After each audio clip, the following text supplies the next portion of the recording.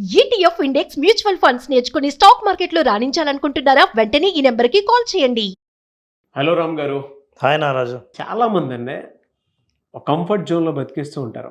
ఇప్పుడు ఆ comfort zone నుంచి బయటికి రావాలి అని అంటే ఎందుకు ఇప్పుడు అవసరమా అనేటువంటి ఆలోచనలోకి వెళ్ళిపోతున్నాం. పర్లేదు, బాగానే ఉంది కదా, అంటే ఎందుకు ఉన్నదాన్ని చెడగొట్టుకోవడం, పోగొట్టుకోవటం అని రిస్క్ చేయడానికి కూడా ఇంట్రెస్ట్ చూపించరు. ఒక మనిషి ఆలోచన అలా తయారైపోవడానికి కారణాలు ఏ విధంగా ఉంటాయి అంటే అది ఎంతవరకు కరెక్ట్, దాన్ని బ్రేక్ చేయొచ్చా చేయకూడదా? నారాజు, మనిషి మనస్సుకి శరీరానికి సౌకర్యం చాలా హాయిగా ఉంటుంది, అసౌకర్యం ఇబ్బందిగా ఉంటుంది. కాబట్టి సహజంగానే మనిషి సౌకర్యాన్ని కోరుకుంటాడు. మరి అసౌకర్యంగా ఎందుకు ఉండాలి అంటే నేను ఈ మాటలు ఎందుకు చెప్తున్నానంటే అందరికీ అలవాటైన మాట కంఫర్ట్ జోన్ గురించి. కాబట్టి కంఫర్ట్ జోన్ అంటే సౌకర్యంగా ఉండడం అని అర్థం. సౌకర్యంగా ఉంటే ఏంటంటే నష్టం? ఉంటాం సౌకర్యంగా, అసౌకర్యంగా ఎందుకు ఉండాలి అని అనుకునేవాళ్ళు ఇప్పుడు నీ ప్రశ్నకు సమాధానం వినాలి. ఓకే. ఒక స్టూడెంటు డిగ్రీ అయిపోయిన తర్వాత చాలా కాన్ఫిడెంట్గా బాగా అల్లరి చేసి చాలా అద్భుతంగా డిగ్రీ అయిపోయి చేస్తాడు. బీటెక్, ఇంజనీరింగ్, ఎనీ గ్రాడ్యుయేషన్ అయిపోయిన తర్వాత ఇంటర్వ్యూకి వెళ్తాడు. ఇంటర్వ్యూకి వెళ్ళి అక్కడ ఇంటర్వ్యూలో క్యాండిడేట్స్ వెయిట్ చేస్తూ ఉంటారు. మిమ్మల్ని పిలుస్తారు, ఒక 1/2 అవర్ వెయిట్ చేయండి అంటే ఈ 1/2 అవర్ నువ్వు పడే మనోవేదన ఉందే, ఆ అసౌకర్యం ఉందే, ఎందుకు వచ్చింది అనుకున్నారు? ఆ సఫరింగ్. రెండోది, మీరు బిజినెస్ స్టార్ట్ చేశారు, చాలా నమ్మకంతో బిజినెస్ స్టార్ట్ చేశారు. మొదటి నెల అసలు ఏం సేల్స్ లేదు, ఏం డెవలప్మెంట్ లేదు, ఏ ప్రోగ్రెస్ లేదు, దిక్కు తెలియకుండా ఉంది, చాలా అసౌకర్యంగా ఉంది, ఇబ్బందిగా ఉంది, ఏం చేయాలో అర్థం కాలేదు, రాత్రి నిద్ర పట్టడం లేదు. ఇది అసౌకర్యం, అన్కంఫర్ట్. మనిషి ఆ డిస్కంఫర్ట్లో ఉంటాడు. ఇట్లా జీవితంలో చాలా పరిస్థితులు ఉంటాయి. ఒక మనిషి బిహేవియరు నేను భరించలేను, తట్టుకోలేను, ఊహించలేదు. అసలు అది ఎందుకు అలా చేశాడు, అట్లా ఎందుకు మాట్లాడాడబ్బా నాకు తెలియకుండా, నాతో మరి అలా మాట్లాడాడే, నా వెనకలు ఇట్లా మాట్లాడా. ఆ ఇబ్బందిని తట్టుకోవడానికి ఒక రాత్రంతా నిద్ర లేకుండా గడపాల్సిన పరిస్థితి వస్తుంది. ఇవన్నీ అసౌకర్యమైన మానసిక పరిస్థితులు ఎందుకు ఎదుర్కొంటామంటే మనం ఎప్పుడూ లైఫ్ ఎక్స్పెక్టెడ్గా, ప్రెడిక్టబుల్గా ఉండాలని అనుకుంటాం. ఊహించినట్టుగా, ఆశించినట్టుగా జీవిత పరిస్థితులు, చుట్టుపక్కల మనుషులు అట్లాగే ఉండాలని అనుకుంటాం. కానీ అట్లా లేనప్పుడు మీరు భరించలేని స్థాయికి వెళ్తారు. ఎందుకు ఆ భరించలేని స్థాయికి వెళ్తారంటే మీరు ఎప్పుడు కంఫర్ట్ జోనే కోరుకున్నారు, ఎప్పుడు దాన్ని బ్రేక్ చేయలేదు, బ్రేక్ చేసిన అలవాటు లేదు. మీరు ఎప్పుడైతే అన్కంఫర్ట్ జోన్ కూడా, మీకున్న ఇబ్బందిని కూడా అలవాటు ఎప్పుడైతే పడతారో ఇబ్బందులను జీవితంలో ఎదుర్కొనే శక్తి నేర్చుకుంటారు, శక్తికి అలవడతారు.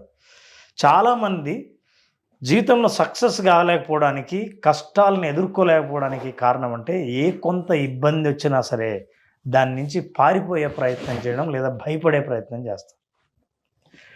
కంఫర్ట్ జోన్ అంటే అర్థం ఏంటంటే ఒక ఫెమిలియర్, బాగా మనకు పరిచయమైన పరిస్థితుల్లో జీవించడానికి ఇష్టపడడమే కంఫర్ట్ జోన్. సుఖంగా ఉంటుంది. ఎలానంటే అంటే కొంతమందికి రోజు దినచర్య ఏదైతే ఉంటుందో అది బోరు కొట్టకుండా దానికి మాత్రమే అలవాటు పడిపోయి ఏ చేంజెస్ లేకుండా దాన్ని మాత్రమే అనుభవిస్తూ అది ఉంటే చాలు అనేటువంటి ఆలోచనలు, ఊహాగానాల్లోకి బతికేస్తూ కాలం గడిపేయటం. నారాజు, జీవితాన్ని ఎంజాయ్ చేయాలంటే బాగా కొత్త ప్రదేశాలు చూడాలి, కొత్త ప్రాంతాలు తిరగాలి, కొత్త మనుషుల్ని కలవాలి, కొత్త కల్చర్ని నేర్చుకోవాలి.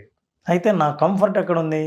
ఇంట్లో అమ్మ చేసిన భోజనం, భార్య చేసిన భోజనం, నాకు ఎంత ఉప్పు వేయాలో, ఏది వంట చేయాలో, ఏది నాకు ఇష్టం లేదో, ఏదైతే వండకూడదో, ఇవన్నీ నేను నా కంఫర్ట్ జోన్లో ఉంటా. కానీ నేను బయట తిరిగితే, అయ్యో నువ్వు నాన్ వెజిటేరియనా, నేను అక్కడ కూర్చొని తింటా, ఈ హోటల్లో ఇవి లేవా, అయితే నేను ఈ హోటల్లో తినను, ఆ ఊళ్ళో అట్లా ఉంటుందా, అమ్మో నేనైతే అక్కడికి రాను. మీరు ఇట్లాంటి లిస్ట్ అంతా రాసుకుంటే లైఫ్లో మీకు ఏమర్థమవుతుందంటే ఈ గది దాటి బయటికి పోకపోవడమే మంచిది అని. అది నీ జీవితం చివరికి.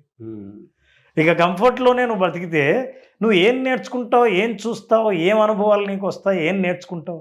ఏమీ ఉండదు. అలా కాదు.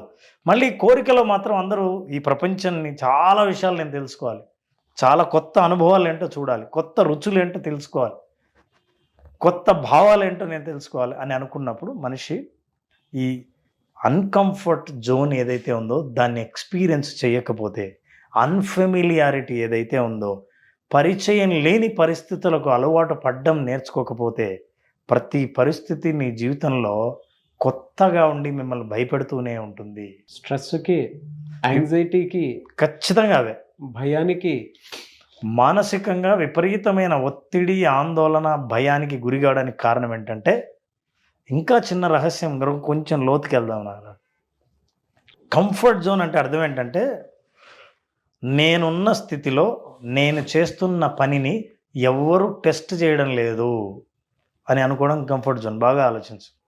అంటే నేను ఎలా ఉన్నా నన్ను ఎవరు టెస్ట్ చేయట్లేదు. ఇప్పుడు చూడండి, నేను కంఫర్ట్ జోన్లో ఉన్నా అంటే అర్థం ఏంటంటే, నాకు ఇష్టం వచ్చినట్లు నేనున్నా అని. నాకు ఇష్టం వచ్చినట్లు నేనుంటే నన్ను ఎవరూ ప్రశ్నించరు. అదే నేను ఒక కంపెనీలో పనిచేయాల్సి వస్తే ఆ కంపెనీ వాళ్ళు నీ టైము, నీ అటెండెన్సు, నీ వర్క్ పర్ఫార్మెన్సు ఇవన్నీ అడుగుతారు. కాబట్టి అక్కడ నేను ఐఎమ్ అన్కంఫర్టబుల్.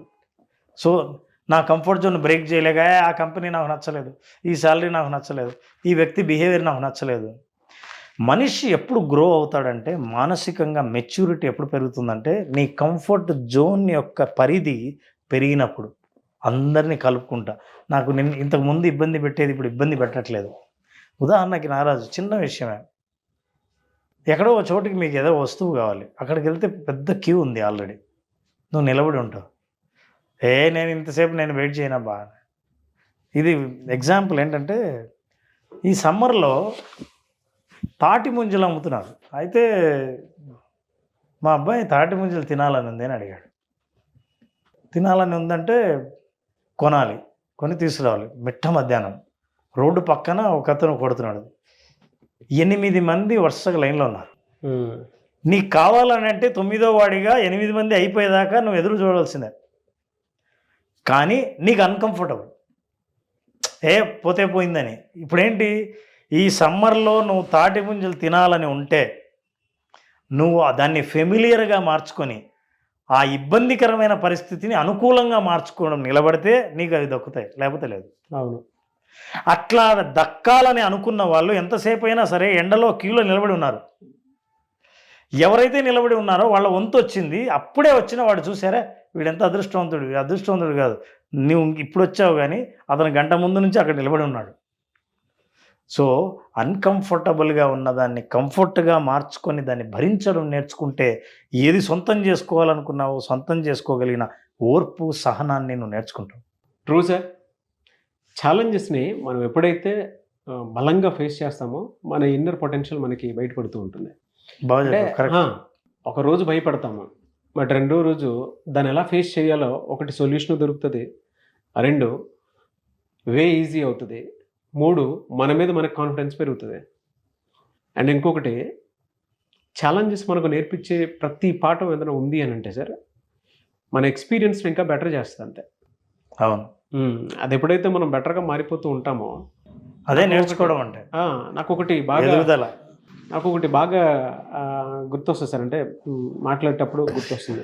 మా నాన్నగారు ఒక రైతు, మాకు 5 అక్కలు, మేమిద్దరం. మేము పెరిగే కొద్దీ వాతావరణంలో, అంటే మా వాతావరణంలో ఏంటంటే వాళ్ళు పెరుగుతున్న కొద్దీ పెళ్ళిళ్ళు చేయాలి, కట్నాలు ఇచ్చుకోవాలి, పెళ్ళంటే రంగరంగ వైభవంగా చేయాలి, అండ్ దానితో పాటు మమ్మల్ని చదివించుకోవాలి.